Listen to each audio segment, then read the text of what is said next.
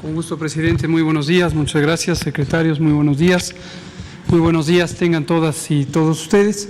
Vamos a ver brevemente el informe técnico. Son 3 láminas con la situación de la curva epidémica, de casos estimados, de defunciones y también de hospitalización. Y enseguida vemos qué pasó con la vacunación ayer. Un día de gran trabajo y varios logros. La siguiente, por favor.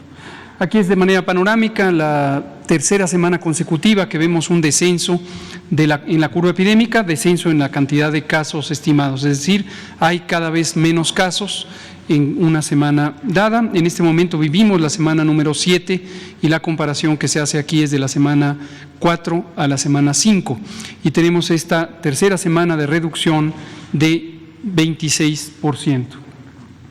La siguiente, por favor. Aquí está también las hospitalizaciones, se ven 3 líneas, la línea de hasta arriba es la suma de personas que están hospitalizadas en camas de uso general, enseguida una línea más oscura de color rojo, quienes están hospitalizados en camas generales y al final quienes están hospitalizados en camas especializadas de cuidados críticos. También hay una reducción, en este momento hay 41% de ocupación en los hospitales a nivel nacional. La siguiente. Cuando vemos el detalle por entidad federativa, vemos que resta ya solo una entidad federativa que tiene ocupaciones superiores al 70%, que es la Ciudad de México para las camas generales. 6 están entre 50 y 69 y el restante, 25, están en menos de 50% de ocupación. La siguiente. Y también las camas con ventilador, las camas para personas en estado crítico, ya no queda ninguna entidad federativa que esté por arriba del 70% de ocupación. Hay 4 que están entre 50 y 69%, la Ciudad de México está por debajo de 70, está en 65, y 28 están con ocupaciones inferiores al 50%. Esto se ha estado reduciendo ya por 2 semanas consecutivas. La siguiente. Y ahora sí, vamos a ver la vacunación. Ayer logramos poner 87,472 vacunas. Estas son las vacunas de AstraZeneca. Se puso el 10% de las que llegaron, un poco más del 10% de hecho de las que llegaron en este embarque, y se distribuyeron en los 32 estados, en las 32 entidades federativas. Recordar que aquí, como lo explicamos, es ya la fase 2, empezamos con personas mayores de 60 años y esto corresponde con la fase 2 del plan.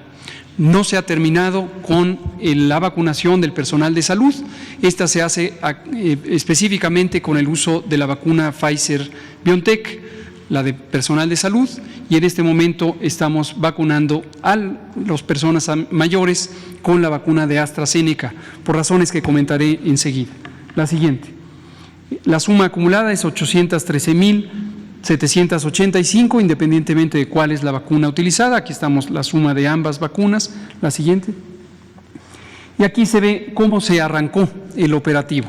Se dispusieron 333 municipios, ayer se lograron arrancar en 144 y hay 1,081 puntos de vacunación programados.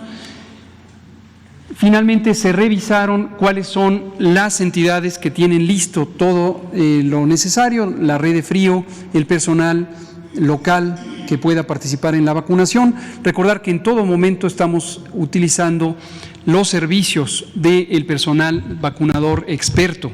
Esto en algunos días, en semanas recientes, se había cuestionado la idea de por qué hacer a un lado, se decía, al personal vacunador. En ningún momento se le ha hecho a un lado. Apreciamos mucho a nuestras colegas y a nuestros compañeros expertos en vacunación, llevan muchos años trabajando y están al servicio del Sistema Nacional de Salud, al servicio de la población mexicana. Y están trabajando en esto y ayer también empezaron a trabajar en el programa especial. Se pusieron finalmente 144 municipios, 539 puntos de vacunación, estos se irán ampliando. Ayer hubo algunas entidades federativas, en particular Tamaulipas y Nuevo León, que no pudieron vacunar por razones climáticas. La temperatura ayer en promedio era 5 grados bajo cero, la temperatura de conservación de esta vacuna Astra es de 2 a 8 grados sobre cero y evidentemente si se hubiera sacado a la intemperie se hubiera congelado y se habría dañado.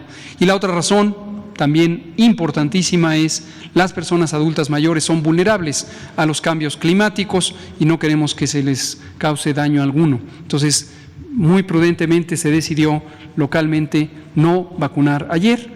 Vamos a esperar a que mejoren un poco las condiciones climáticas, pero la vacuna está garantizada para esas entidades federativas. De hecho, está físicamente ya en esas entidades federativas. La siguiente, por favor. Se arrancó, por lo tanto, en 30 estados. Ahí están los que acabo de mencionar, Nuevo León y Tamaulipas, que no lograron arrancar la vacunación. La siguiente. Y la suma, ya había dicho, 87.472, se distribuye de esa manera en las entidades federativas. Y lo importante ahí es que se logró más del 10% de la vacuna que se puso. ¿Esto qué quiere decir? Que si logramos seguir a este ritmo o más acelerado, en 10 días o menos habremos utilizado este paquete por completo. La siguiente. El resto de los números de lo que habíamos logrado hasta el momento, ahí está el personal de salud, eso fue con la vacuna de Astra, 86.198 esquemas completos, esto representa el 14% de las personas que han sido vacunadas, 622.658 aún están entre la primera dosis y próximas a recibir la segunda dosis. Y el personal educativo solamente está en el estado de Campeche quienes han vacunado, ahí está el número de 7.457 y lo que aparece abajo es ya el arranque de la fase 2. Para el personal de salud, insisto, seguiremos utilizando los distintos embarques de la vacuna de Pfizer-BioNTech. Hoy llegarán al país 491.400 dosis, están ya en camino, ya nos confirmaron la llegada a las 9:05 del vuelo que llega a Monterrey. El otro está por anunciarse su salida. Se retrasó por razones climáticas, el punto de escala es en Cincinnati, Ohio, en Estados Unidos, y la tormenta invernal también ahí es intensa, entonces se retrasaron el vuelo de Nuevo León y el otro aún está por definirse su salida. Podría haber un retraso si es que las condiciones climáticas no son favorables, pero obviamente en cuanto se logre vendrán y está preparado todo el operativo para recibirlas. La siguiente. Finalmente, los eventos asociados a vacunación e inmunización, 6.691. Recordar que estos son en su gran mayoría, más del 99%, son eventos no graves, son reacciones esperables por el organismo cuando se le expone a vacunación. Duele en el sitio de inyección mínimamente, pero se reporta también esto. En algunas personas se ha presentado fiebre. Esto no quiere decir enfermedad, quiere decir la respuesta inmune que están presentando precisamente ante la vacuna. Tampoco debe interpretarse que quien no tenga fiebre no está reaccionando correctamente a la vacuna. Es variable entre los organismos humanos, hay quien desarrolla fiebre, hay quien no la tiene.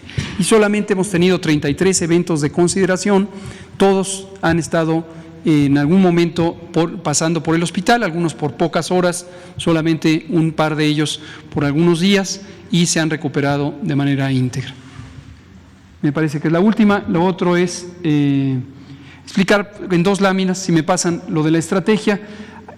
Ha habido preguntas y queremos resolverlas sobre cómo se le está avisando a las personas de que les toca su vacunación. Tenemos varios mecanismos y en esto es importantísima la participación del sistema de bienestar de los servidores y servidoras de la nación, porque logran tener la vinculación social importante para que las personas se enteren en qué momento, en qué lugar, en qué condiciones serán vacunadas. Y tenemos la parte de la voz comunitaria, esto es las radios comunitarias, la transmisión de voz en voz, el perifoneo, que funciona mayormente en las zonas rurales. No es exclusivo de zonas rurales, puede funcionar también en zonas urbanas, pero en general la gente está más acostumbrada a este sistema en las zonas rurales. Y también se han hecho las llamadas telefónicas o las visitas domiciliarias para que las personas estén enteradas. En localidades aledañas se les anuncia con antelación y se les anunciará cuando ya toquen los siguientes ciclos. La siguiente. Y otra cosa importante que también ha sido motivo de conversación pública y nos parece que es importante que todas y todos lo tengan claro para que no haya especulaciones, es cómo está organizado el programa de acuerdo con el programa general, la estrategia general, y de acuerdo con una realidad inescapable que hemos mencionado todos los días, que es la realidad de que la fabricación de las vacunas en el mundo entero está ocurriendo a un ritmo menor a la demanda.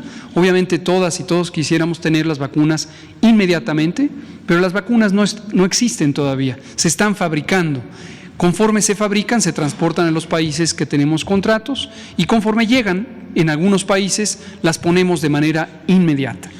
Y esto lo que resulta es que van llegando a distinto ritmo y tenemos que adaptar la situación de implementación del programa de acuerdo con la realidad.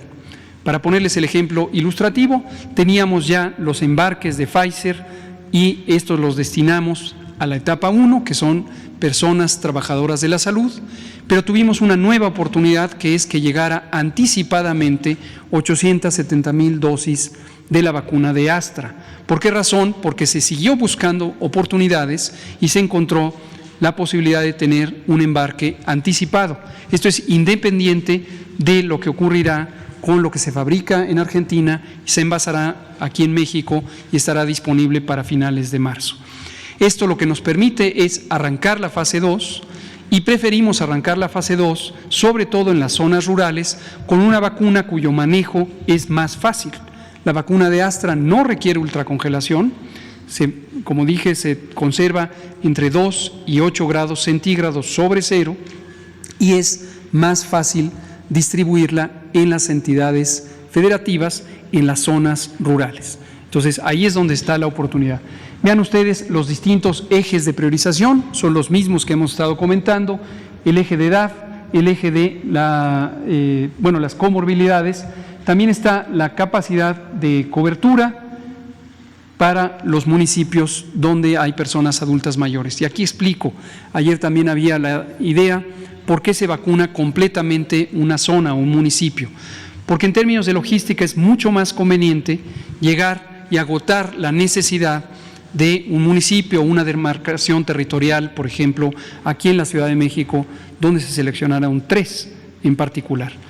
Porque la dotación proporcional de vacuna para la entidad federativa es la suficiente para cubrir, en el ejemplo de la Ciudad de México, 3 demarcaciones. Entonces es mejor cubrir esas 3 demarcaciones y en los siguientes embarques cubrir otras tantas, lo mismo que iguales números de municipios en las entidades federativas.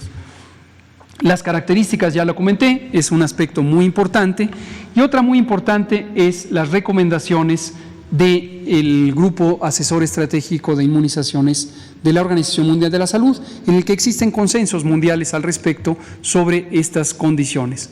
Priorizar a las personas que tienen la mayor vulnerabilidad social, porque son las personas que pueden tener mayor riesgo de desenlaces desafortunados. Veamos en la última diapositiva precisamente esto.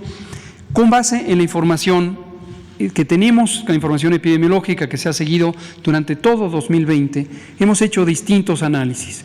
Uno de ellos es la letalidad.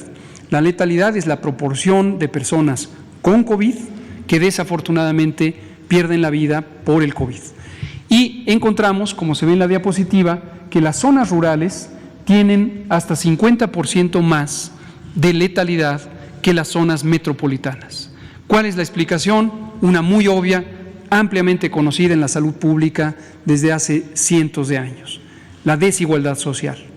Donde hay desigualdad social, hay carencia no solamente de servicios propiamente dichos, servicios de salud, sino hay carencia de transporte, hay carencia de caminos apropiadamente pavimentados, hay distancias que recorrer por la naturaleza geográfica de las zonas rurales, hay a veces redes de apoyo que pueden estar más limitadas por distintas necesidades a un tiempo. Son muchísimas las razones. Desde luego hay carencia económica también, y eso impone restricciones para el cuidado de la salud.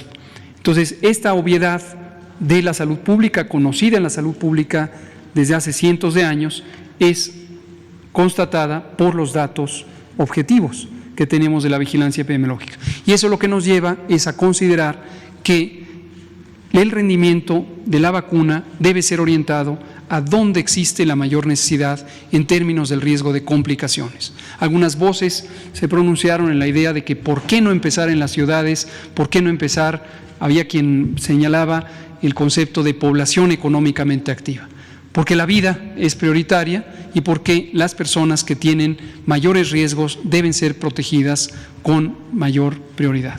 Esa es la razón técnica y por eso lo hemos hecho así. Me parece que es la última, aquí explicamos. Lo otro, quizá mientras me retiro, podemos ver algunas imágenes ilustrativas de cómo ocurrió el operativo. Muchas gracias, presidente. Sí.